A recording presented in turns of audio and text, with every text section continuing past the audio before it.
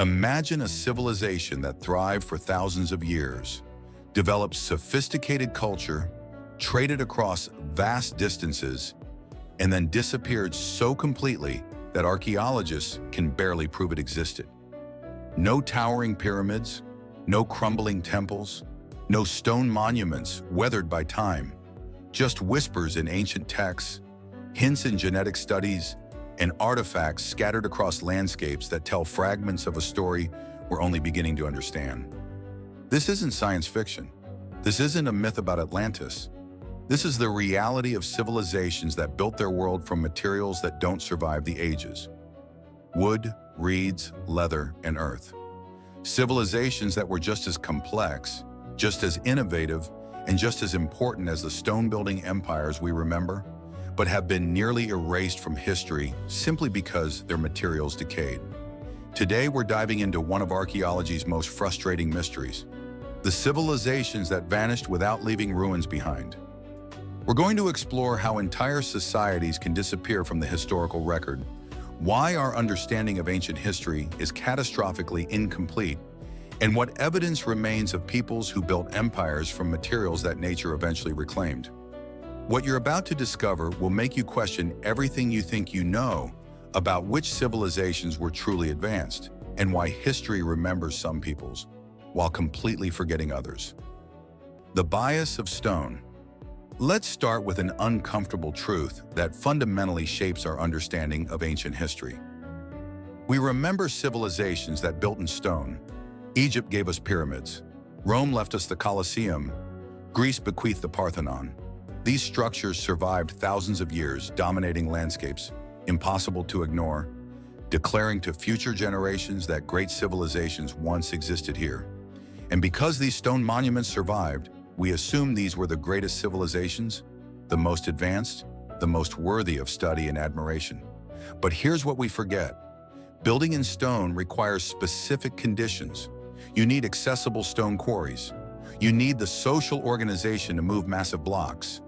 You need the cultural priority that says permanent monuments matter more than other concerns. You need often a dry climate where stone doesn't erode quickly. Not every environment provides these conditions. Not every culture shares these values. And most importantly, not building in stone doesn't mean a civilization was less advanced, less organized, or less significant. Think about this from a purely practical standpoint. Stone is heavy, difficult to work, and requires specialized knowledge to build with properly. Wood is lighter, more flexible, easier to work, and in many environments, more readily available.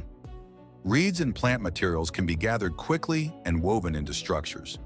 Earth itself can be shaped into dwellings that provide excellent insulation. For many ancient peoples, these materials weren't second-best choices. They were optimal solutions to their environmental conditions and needs. But wood rots, plant materials decay, earth structures erode. Over centuries and millennia, buildings made from these materials disappear almost completely, leaving little trace they ever existed. And when the buildings are gone, along with the tools, the clothing, the art, the written records if they existed, the civilization itself fades from memory. We're left with scattered artifacts that survive by chance: pottery, stone tools, metal objects if they had them, and vast empty spaces in the archaeological record where complex societies once thrived. The Amazon, cities hidden by the jungle. Let's talk about a specific example that completely changed our understanding of what disappeared civilizations means. For centuries, explorers and scholars assumed the Amazon rainforest was too hostile for large-scale human civilization. The soil is poor, the jungle is dense, disease is rampant. Surely no complex society could develop there, right? The Amazon was pristine wilderness, untouched by human hands until modern times. Except that's completely wrong. The Amazon was home to sophisticated civilizations that supported populations possibly numbering in the millions. How do we know? Because modern technology, particularly LiDAR, light detection and ranging that can see through jungle canopy, has revealed what traditional archaeology couldn't find. Beneath the trees, there are earthworks, causeways, canals, reservoirs, and the geometric patterns of ancient settlements stretching across vast areas. These weren't primitive villages. These were engineered landscapes. Ancient Amazonians created terra preta, enriched dark soil that remains more fertile than surrounding rainforest soil even today, 1,000 years after it was made.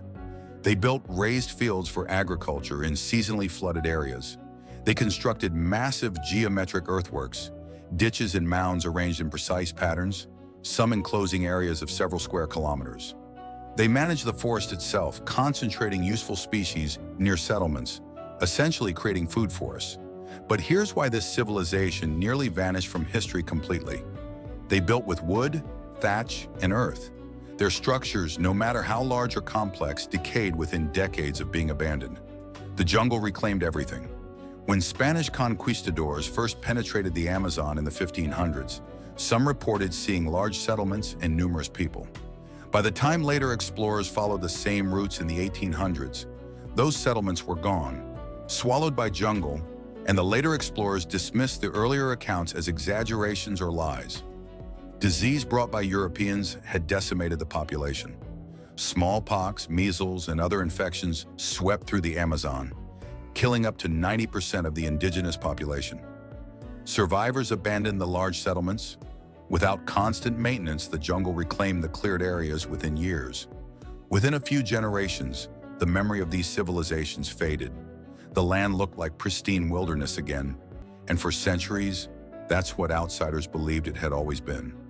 Only now, with LiDAR and careful archaeological work, are we rediscovering what was lost, and the scale is staggering. Some researchers estimate the Amazon may have supported 8 to 10 million people before European contact. That's larger than many stone-building civilizations we remember clearly. Yet because they built in materials that decayed, because disease destroyed the population before their culture could be properly documented, and because the jungle hid the evidence, an entire civilization nearly disappeared from human knowledge. The Pacific Islanders, navigators without monuments. Now let's turn to another example of a sophisticated civilization that left minimal physical remains: the Polynesian seafaring peoples who settled the vast Pacific Ocean. Between roughly 3000 BCE and 1000 CE, Polynesian navigators spread from Southeast Asia across the Pacific, eventually reaching Hawaii, Easter Island, and New Zealand. This represents one of the greatest feats of exploration and settlement in human history. They covered distances that European sailors wouldn't match until the age of exploration, navigating thousands of miles of open ocean without compasses, maps, or metal tools. The technology and knowledge required for this was extraordinary. Polynesian navigators used star paths, memorizing where specific stars rise and set at different times of year. They read ocean swells, recognizing how waves refract and reflect around distant islands beyond the horizon. They observed bird flight patterns, knowing that certain species fly toward land each evening. They understood currents and winds with precision that astounded later European navigators. And they passed this knowledge down through oral traditions, using chants, stories, and physical models. But here's the challenge for archaeology. Most of this technology was organic and impermanent. Their ocean-going canoes, some capable of carrying hundreds of people and supplies for weeks, were built entirely from wood, plant fiber, and resin. None survived from the ancient period. Their navigation tools were simple, sometimes just knowledge held in memory, sometimes marked with shells or coconut fiber maps that have long since decayed. Their houses were made from wood and thatch. Their material culture, while sophisticated, was largely organic and has disappeared. What remains? Stone tools. Fish hooks made from shell or bone if preservation conditions were right. Pottery in some regions, but many Polynesian cultures didn't use pottery, preferring wooden and woven containers. Rock art in some locations.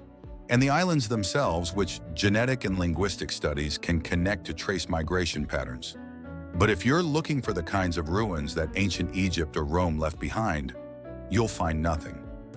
Polynesian civilization was no less sophisticated, no less organized, no less capable, but they built with materials that nature reclaimed, and their knowledge was stored in human memory rather than written text that could survive. The steppes' nomadic empires. that left no cities. Let me tell you about civilizations that deliberately didn't build permanent structures, yet still created empires that shaped world history. The nomadic peoples of the Eurasian steppes, the Scythians, Sarmatians, Huns, and later the Mongols, developed a way of life perfectly adapted to vast grasslands. They were mobile, moving with herds of horses, sheep, and cattle. They lived in portable dwellings like yurts that could be assembled and disassembled in hours. And they built empires that terrified sedentary civilizations from China to Rome. The Scythians, thriving from roughly 900 BCE to 200 BCE, controlled territory from the Black Sea to Central Asia. They were master horsemen, developing saddles, stirrups, and mounted archery techniques that made them nearly invincible in open warfare. They traded across vast distances, connecting east and west. Their gold work, preserved in burial mounds, shows artistic sophistication and technical skill that rivals any contemporary civilization. They had complex social hierarchies, religious beliefs, and cultural traditions. Yet if you want to find Scythian ruins, you're out of luck. They didn't build cities, they didn't construct monuments. Their dwellings were portable, their workshops moved with the people. Everything they made was designed to be transported or was made on site from locally available materials.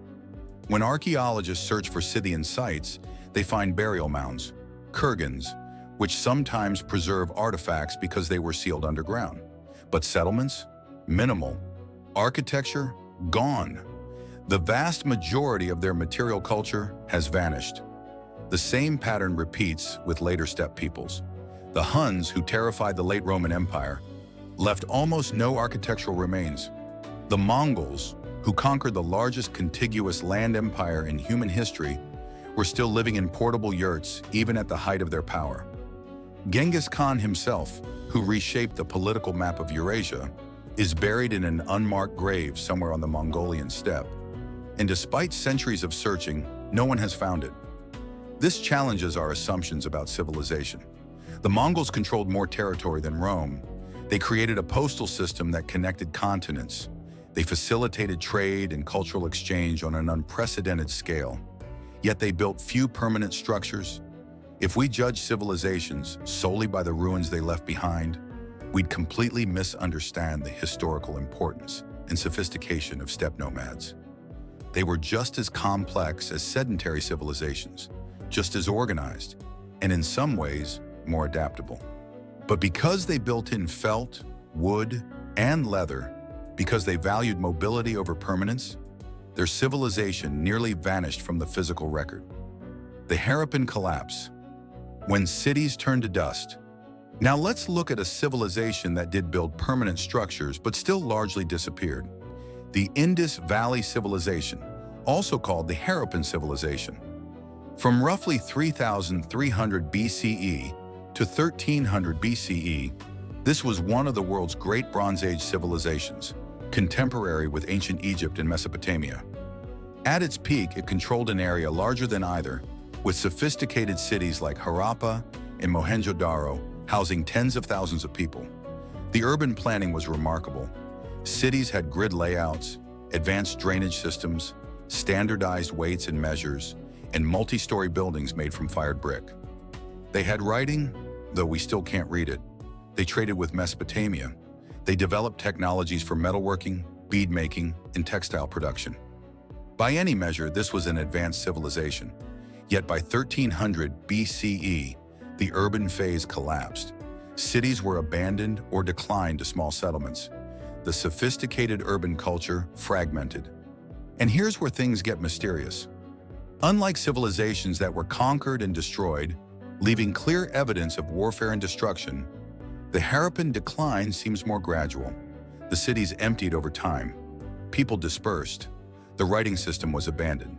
And because much of the construction was brick, which erodes over time, especially in the monsoon climate of the Indian subcontinent, the cities themselves began to crumble. Today, the ruins of Harappan cities exist, but they are surprisingly modest given the civilization's size and sophistication. Erosion, flooding, and millennia of weathering have reduced many structures to mounds. Subsequent construction has built over ancient sites. Agricultural activity has disturbed countless smaller settlements, and the organic materials, wood, cloth, leather, paper if they had it, are completely gone. We know Harappan civilization existed because enough survived to study, but vast portions of their culture have disappeared. What happened to the people? They didn't vanish. Genetic studies show continuity in the population, but the urban civilization they'd created dissolved, and people reverted to smaller-scale settlements.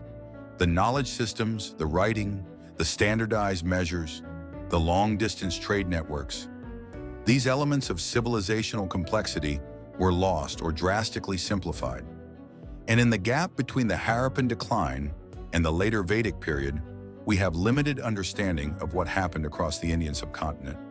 A civilization that had thrived for nearly 2,000 years effectively disappeared from the historical record for over a millennium. The problem of organic civilizations. Let's step back and think about what all these examples tell us. The common thread is that civilizations building primarily with organic materials, wood, plant fibers, leather, earth, leave minimal archaeological traces compared to civilizations that built with stone. This creates a fundamental bias in how we understand ancient history. We know far more about stone-building civilizations not because they were necessarily more advanced or more important, but simply because their physical remains survived. Think about the implications. How many sophisticated societies existed in tropical forests around the world, building in wood and plant materials, only to have their structures decay within decades of abandonment? How many nomadic cultures achieved high levels of social complexity, artistic achievement, and territorial control while deliberately avoiding permanent construction? How many civilizations built in earth and brick that have been weathered away over millennia, leaving only scattered pottery and confused archaeological deposits? The material a culture chooses to build with is largely determined by environmental factors and cultural priorities, not by technological sophistication. Building monumental stone structures requires enormous labor investment and is only practical if you have accessible stone, the social organization to mobilize large workforces, and the cultural value system that prioritizes permanent monuments. Many cultures had different priorities: mobility, adaptability, sustainability, or simply building in ways that made sense for their environment. But this means our understanding of ancient history is fundamentally incomplete. We're seeing the civilizations that happen to have built-in durable materials in ways that survived. We're missing or underestimating countless others that were equally complex but built in materials that decayed. It's like trying to understand modern civilization by only studying the buildings and ignoring everything else. You'd miss the knowledge systems, the social structures, the art and literature, the technologies, everything that makes a civilization complex beyond just its physical structures. Genetic and linguistic clues. Fortunately, we're not entirely blind to disappeared civilizations. Modern science provides tools that ancient archaeology didn't have. Genetic studies can reveal population movements and mixing even when no physical structures survive. If a civilization existed, their descendants carry genetic markers that can be traced. Linguistic analysis can show connections between languages, revealing how peoples migrated and interacted even when no written records survive. In the Amazon, genetic studies of indigenous peoples show clear evidence of large, interconnected populations in the past, confirming what LiDAR has revealed about settlement patterns. In the Pacific, genetic and linguistic analysis has traced Polynesian migration routes with precision, showing which islands were settled when and from where, even without physical ruins to mark the journey. On the steppes, ancient DNA from burial mounds is revealing the genetic landscape of nomadic empires and their connections to surrounding peoples. These tools are rewriting history in real time. We're discovering that population movements were more complex than traditional archaeology suggested. We're finding evidence of civilizations that left minimal physical traces, but significantly impacted human genetic and linguistic diversity. We're learning that absence of ruins doesn't mean absence of civilization. It just means we need different tools to find the evidence. The oral tradition preservation. There's another way disappeared civilizations survive: through oral traditions. Many cultures that didn't develop writing systems or that built in impermanent materials maintained sophisticated oral traditions that preserved historical memory across centuries or even millennia. These traditions were often dismissed by early anthropologists as mere mythology, but modern research increasingly shows they contain accurate historical information. Aboriginal Australians have oral traditions describing landscapes and animals that existed over 10,000 years ago, before sea levels rose at the end of the Ice Age. These aren't vague myths. They're detailed descriptions that match geological and paleontological evidence. Polynesian oral traditions preserve navigation knowledge and settlement histories that genetic and archaeological studies are now confirming. North American indigenous oral histories describe geological events and population movements that occurred centuries before European contact. These oral traditions represent a form of civilizational persistence that survives even when all physical structures decay. The knowledge, the history, the cultural identity, these can be maintained through careful teaching and memorization across generations. But they're fragile. If a population is decimated by disease or conquest, if children are prevented from learning the traditional knowledge, if the social structures that maintain oral traditions are disrupted, this information can be lost within a generation or two. Many disappeared civilizations probably had rich oral traditions that preserved their history and knowledge, but those traditions died with the last speakers who knew them. What we've lost in this way is incalculable. Entire worldviews, detailed knowledge of local environments, historical accounts stretching back centuries, artistic and spiritual traditions that took millennia to develop, all gone because no physical record survived and the oral tradition was broken. Lessons for the present. The story of civilizations that disappeared without leaving ruins carries profound implications for how we think about our own civilization. We live in an age of unprecedented documentation, written records, photographs, digital files, physical artifacts everywhere. It seems impossible that our civilization could ever be forgotten the way ancient Amazonian civilizations were forgotten, or that future archaeologists could miss our existence the way we nearly missed the Scythians. But consider what would survive if our civilization collapsed today. Plastics would persist for centuries, scattered across landscapes. Some structures built from concrete and steel might remain, at least as ruins. But how much of what makes our civilization complex would be accessible to archaeologists thousands of years from now? Digital records stored on devices that require electricity and specialized knowledge to read? Paper that degrades within decades without careful preservation? Glass and metal that corrode? Even if buildings survive, would future archaeologists understand what they were for, how they function, what our society was like? The civilizations that disappeared without ruins remind us that permanence is an illusion. Everything decays eventually. Stone lasts longer than wood, but even stone erodes given enough time. What we choose to preserve, how we store knowledge, what materials we build with, these choices determine whether future generations will remember us or whether we'll become another mysterious gap in the historical record. Conclusion: the ghosts of history. As we come to the end of our exploration of disappeared civilizations, we're left with a sobering realization. The history we know is just a fraction of the history that actually happened. For every civilization that left us pyramids and temples, there were probably dozens that built in wood and thatch and have vanished from the record. For every culture that carved their stories in stone, there were countless others whose stories were told around fires and died with the last storytellers. These disappeared civilizations aren't less important because they left no ruins. The Polynesian navigators who settled the Pacific were every bit as skilled and brave as any stone-building empire's conquerors. The Amazonian peoples who engineered their rainforest environment were every bit as innovative as Egyptian architects. The Scythian horsemen who controlled the steppes were every bit as powerful as Roman legions. They just built with different materials and held different values about what deserves to be permanent. What we're really confronting here is the limitation of archaeology as a window into the past. We can only study what survives, and what survives is heavily biased towards certain materials, certain environments, and certain cultural practices. This means our understanding of which civilizations were great or advanced is based partly on reality and partly on the accident of what happened to survive for us to find. The ghosts of disappeared civilizations haunt the empty spaces in our history books.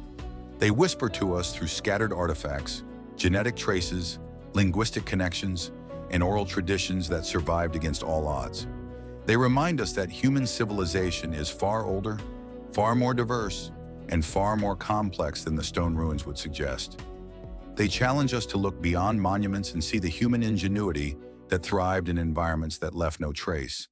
And they warn us that everything we build, everything we create, everything we think is permanent and lasting, all of it is temporary, all of it will decay, all of it will eventually disappear unless we take active steps to preserve not just our physical structures, but our knowledge, our stories, our understanding of who we are and where we came from. Because if civilizations that thrived for thousands of years can vanish so completely that we nearly forgot they existed, what hope do we have that future generations will remember us? The next time you walk through a forest or across an empty landscape, remember that beneath your feet there might be the traces of a civilization that thrived and vanished. The next time you read about ancient history and see only the stone-building empires remembered, think about all the sophisticated cultures that built in wood and plant and earth and have been forgotten. They were there, they were real, they were complex, they were human, and they deserve to be remembered, even if only as ghosts haunting the spaces between the ruins we can still see. The civilizations that disappeared without leaving ruins are calling to us across the millennia, asking to be found, demanding to be understood, insisting that absence of stone monuments doesn't mean absence of greatness. And slowly, with new technologies and new perspectives, we're learning to hear their voices again.